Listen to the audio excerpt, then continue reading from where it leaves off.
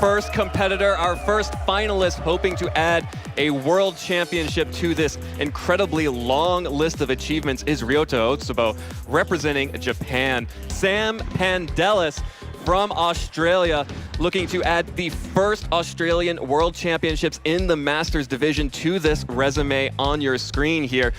Both players locking in at very different speeds. We saw Ryota take a lot more time, so maybe a little bit concerned about a couple of things on Sam's team, but Sam 100% knowing what he wanted to go for right off the bat.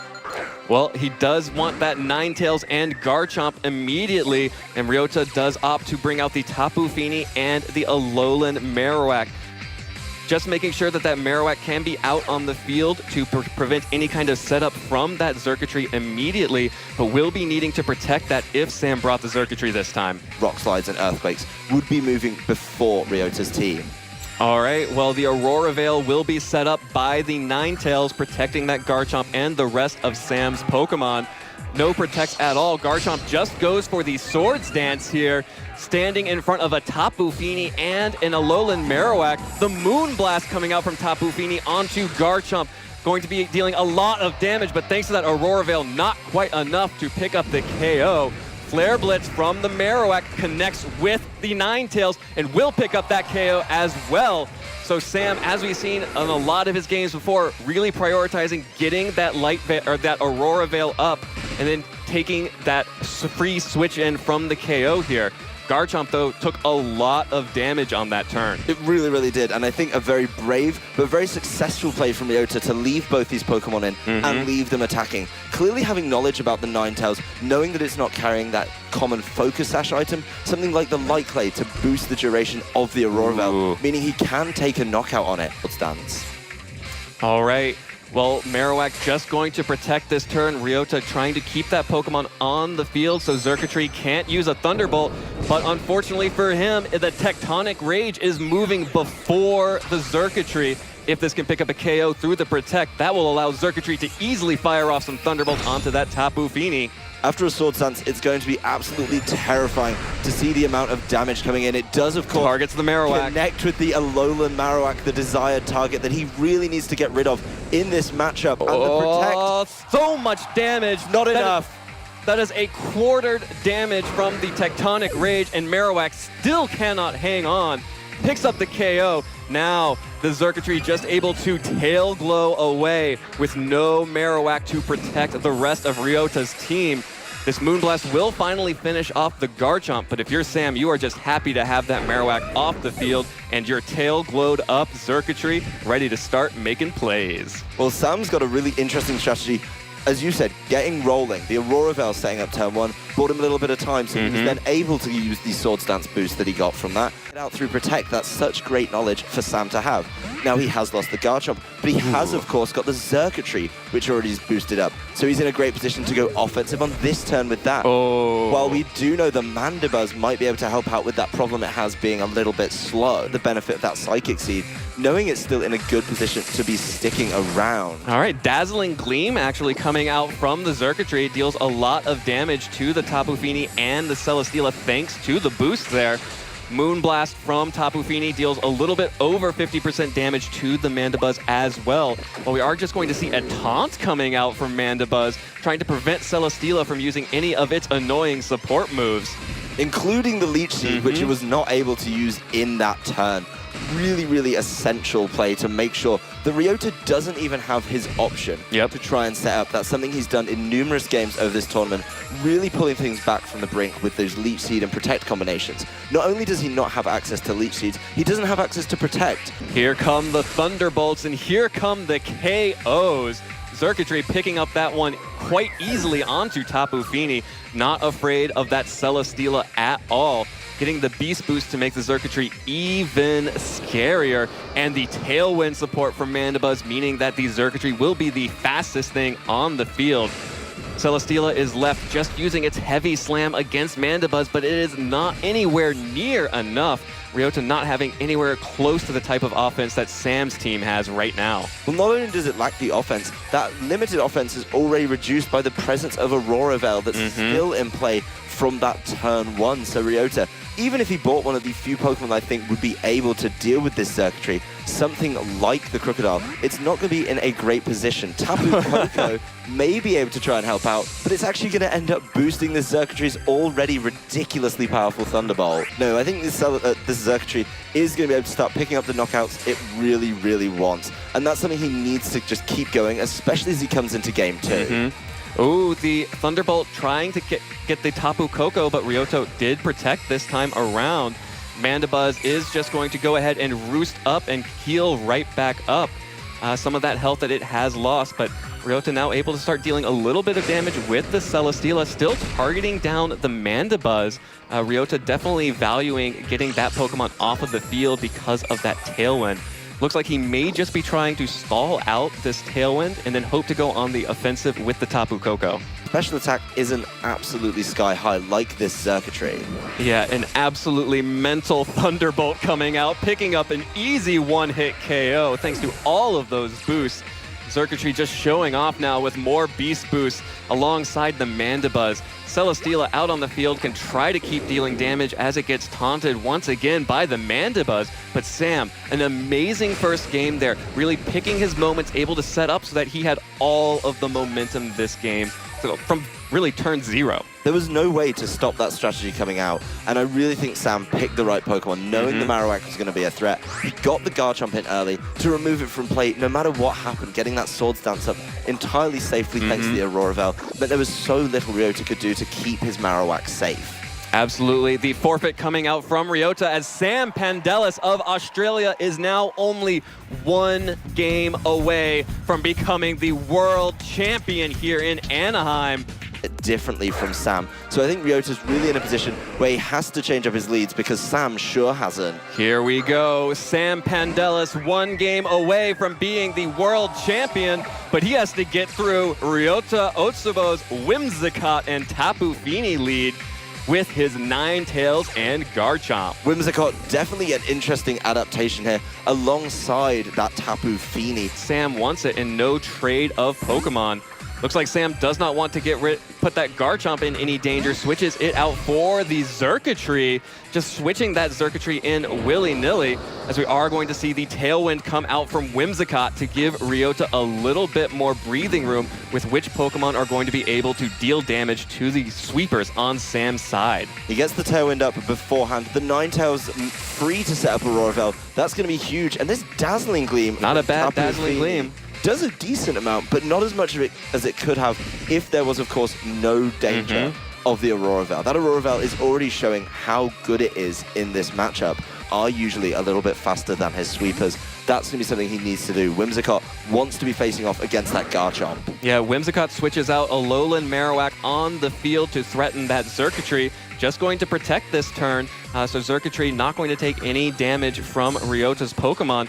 Another Dazzling Gleam will connect with the Ninetales. That Choice Specs on the Tapu Fini dealing a lot of damage through the Aurora Veil, really just making it incredibly powerful even without any other boost, but the Disable will make sure that Tapu Fini has to switch out or it'll be living the struggle.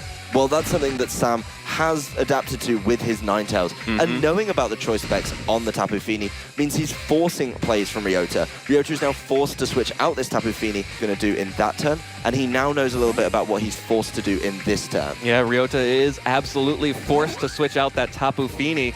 Will be bringing the Whimsicott back in on the field. Of course, did previously set up the Tailwind, but Marowak still very slow. Just going to take this Icy Wind from Ninetales, deal some good damage onto Whimsicott and a little bit onto the Alolan Marowak, but crucially dropping the speed of both of these Pokemon for a little bit of breathing room once the Tailwind ends. There is going to be the Brick Break from Marowak, breaks the shields there. But deals Xurkitry good damage onto that Ninetales glow. Xurkitry getting the tail glow is really, really big here. Means that it's going to be able to start getting that big damage out if it can move. And if it can stall out another turn of Tailwind, that Icy Wind is going to start paying off for him. Of course, the Marowak is still a threat, so he's forced to Dazzling Gleam. But Dazzling Gleam can be picking up the Pokemon alongside the Marowak. Going to be so, so important with Tailwind about to expire. All right, well, Whimsicott protecting this turn, not using the last turn of Tailwind here. Ninetales going for the Aurora Veil again, has to reset it after the Brick Break. So Ryota will be able to get off an attack here onto one of the Pokemon on Sam's side. Another Dazzling Gleam coming out from the boosted up circuitry, not dealing that much damage at all to the resisted Alolan Marowak. And another Brick Break, this time will pick up the KO, and Sam has no screens. No more defense boosts in both defense and special defense on Sam's side. And this could really end up being a problem, especially with Whimsicott still on the field. Can just reset the Tailwind. Up the Tailwind. Now he's already lost his Icy Wind Pokemon, so he's not able to start lowering those speeds. Marowak's going to be going last in the turn anyway, and we saw it didn't take all that much damage from a Dazzling Gleam. Right. So probably comfortable to maybe buy a little more time. The Tailwind can be matched by Sam here because he brings his Mandibuzz in as his final Pokemon to keep Marowak around to deal with his Tail Glow boosted circuitry. Switching it out is certainly one way to do it. Yeah, very smart of Ryota to continue to protect his Marowak, switching in the Tapu Fini instead. Again, that will also reset any stat drops. The Nature Power from Whimsicott picks up the KO on the circuitry. This is a really big turn. That's a big KO. Mandibuzz left setting the Tailwind for nobody. Well, it's going to be benefiting that Garchomp, but the Garchomp's coming in against a Tapu Fini and a Whimsicott. Whimsicott with Nature Power doesn't mind at all about the changes in speed. It is Absolutely. a status move that then gets boosted by Whimsicott's fantastic Prankster ability. Team like Sam's, those free switch-ins are also just free opportunities to Swords Dance on that Garchomp and start building even more damage. No switch, just the Tectonic Rage coming out from the Garchomp. Sam really trying to get some of that momentum back here with a big Z move. That's something he's going to need to do, is put the momentum back in his favor. But clearly Ryota, believing in his Tapu Fini and its ability to start picking up knockouts, now Aurora Veil isn't in play. It is on the Tapu Fini that will deal a lot of damage. No Swords Dance needed. Garchomp picks up the KO onto Tapu Fini. No more Misty Terrain able to come on the field and boost that Nature Power into Moonblast anymore either. That is a huge knockout for Sam. Yeah, and Ryota needed to preserve that Tapu Fini. It was so important to this matchup. Both the Mandibuzz and the Garchomp, it needs to worry about potentially getting stalled out with that Roost. Going to set up the Tailwind just to make sure that the final Pokemon are going to be as fast as possible while Sam gets a Swords Dance on this turn here. And a taunt coming out from Mandibuzz. One of the worst things that can happen to your Whimsicott is getting taunted. Shadow Bone from the Marowak dealing a little bit of damage. Does get the drop though. Yeah, and Sam just ensuring a nice win condition for himself. All right, Ryota will go ahead and protect the Marowak on his side. Trying to make sure that the Marowak will get a chance to attack in this Tailwind. Rock Slide not enough to pick up the KO onto Whimsicott, so no KO coming from Whimsicott just immediately, but will take the foul play. Ryota now able to get a free switch in here. Knew that Whimsicott wasn't doing anything else for the rest of the game. Did not want to threaten the Pokemon in the back. So Ryota now able to switch in his final Pokemon. Yep, and Ryota's going to have to reveal the full extent of his hand here. It is the Tapu Koko. Tapu Koko loves that Mandibuzz. It loves Mandibuzz, and actually... And a weakened Garchomp. And get this Garchomp to beat this Tapu Koko. Absolutely, Garchomp has to protect, stall out the Tailwind on Ryota's side. Just going to block damage coming in from both of Ryota's Pokemon here. The Dazzling Gleam from Tapu Koko, the right choice there, would be able to deal a lot of damage to both Pokemon here. About 50% onto Mandibuzz. And it looks like the Flare Blitz connecting with the Mandibuzz. Ryota not falling for the Protector, picks up the KO. No more Tailwind pressure on Sam's side. And Ryota, looks like Ryota's forcing a Game 3 here. He is, and he played fantastically on that turn. Target Dazzling Gleam, of course, the damage being boosted. Tapu Koko, though, already going first. Yep, there is the Dazzling Gleam picking up the KO onto Garchomp, and we got a series. Ryota Otsubo and Sam Pandelis now both one game away from becoming the 2017 Pokemon video game world champion. Will it be Sam Pandelis of Australia and his team of Garchomp, Ninetales, Arcanine, Mandibuzz, Tapu Lele, and Xurkitree, or will it be Ryota Otsubo, who has decided to bring his Alolan Marowak and his Whimsicott in the front position of his squad once again? In Game 1, when Sam was able to set up It was just about over for Ryota, but it looks like Ryota is the one exerting the most pressure here as Garchomp has to switch out for the Mandibuzz. Marowak switches out. Yeah, this is going to be big depending on what comes in. Tapu Fini bringing Misty Terrain. This could be so essential in this turn, depending on what Whimsicott has gone for here. The Z move! Nature Power turning into Moonblast because of the incoming Misty Terrain. And then becoming Twinkle Tackle. It's going to be so big. And if it was targeting that slot where the Garchomp was, does not affect the Mandibuzz. Oh, if he went for the Garchomp slot, the Mandibuzz blocks it because of the dark typing. That was what I was wanting to say, that it is the perfect switch in. And it's similar to using an electric type move into Lightning Rock. That doesn't affect it. Dark-type Pokemon not affected by attacks that have been boosted by the Prankster ability means that Nature Power Z-move Twinkle Tackle is busted. Completely wasted. Free Aurora Veil. Completely wasted in this game. And such smart play from Sam to make that switch. Dark typing on Mandibuzz was the key element here to deal with those fairy type moves that you usually can't handle. Well, Ryota's Whimsicott no longer has its ace in the hole, but will be able to set up a Tailwind here. Going to be cut a little bit in its efficacy by the Icy Wind from Ninetales. So we'll drop the speed of both the Tapu Fini and the Whimsicott for this turn.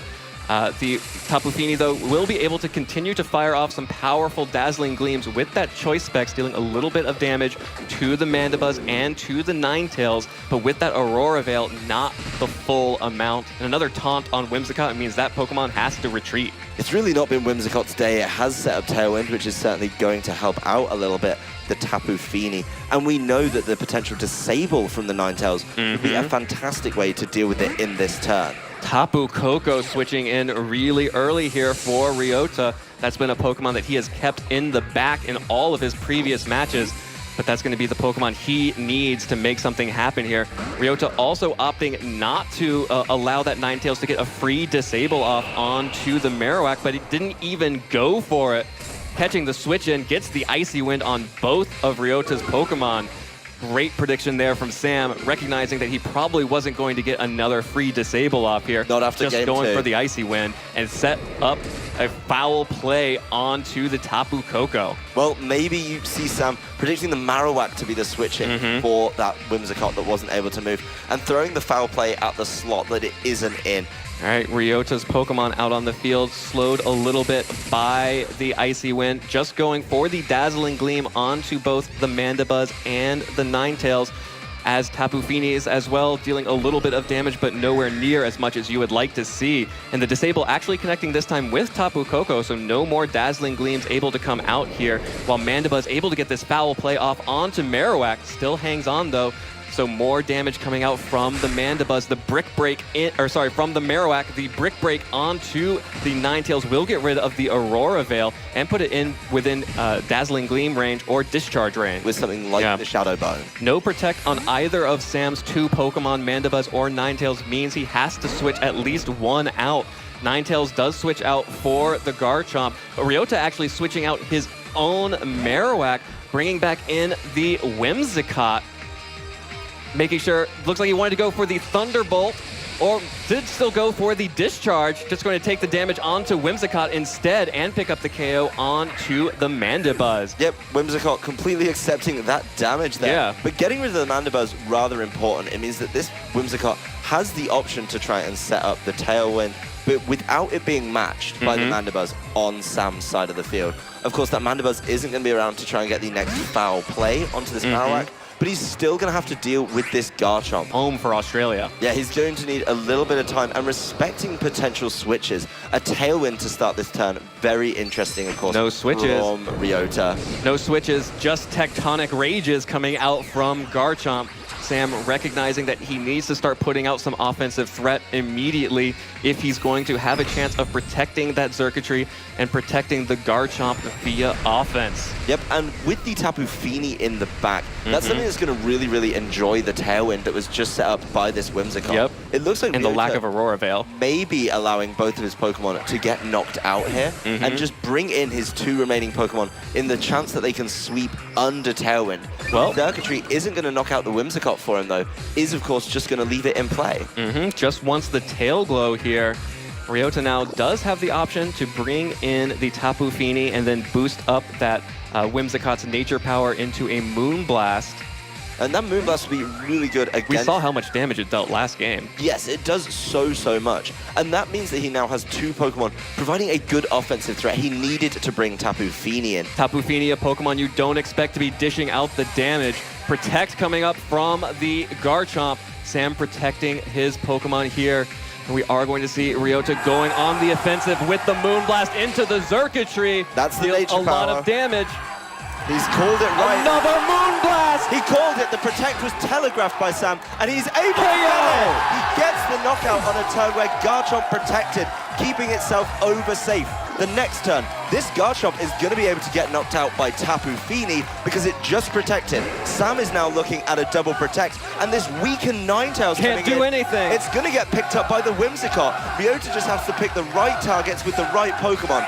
Beat the Ninetales because it moves with the benefit of Prankster. There's the Nature Power again. Turning into Moonblast. Moonblast on the field. Ryota Otsubo this turn proving that 2016 was a fluke. Japan is back. Tapu Fini to round it out. Tapu Fini, choice specs Tapu Fini with the Moonblast onto Garchomp. A one-hit KO. Ryota Otsubo is your 2017 Masters World Champion. Fantastic adaptation over the course of the set from Ryota there. Game 1, a little bit bruising for him, but fantastic plays in both Game 2 and 3. Learned a little bit in Game 2, made a mistake in the beginning of Game 3, but that wasn't enough to stop him. He had so much gas left in the tank that he was able to make those perfect predictions, including the double target on Circuitry at the end there.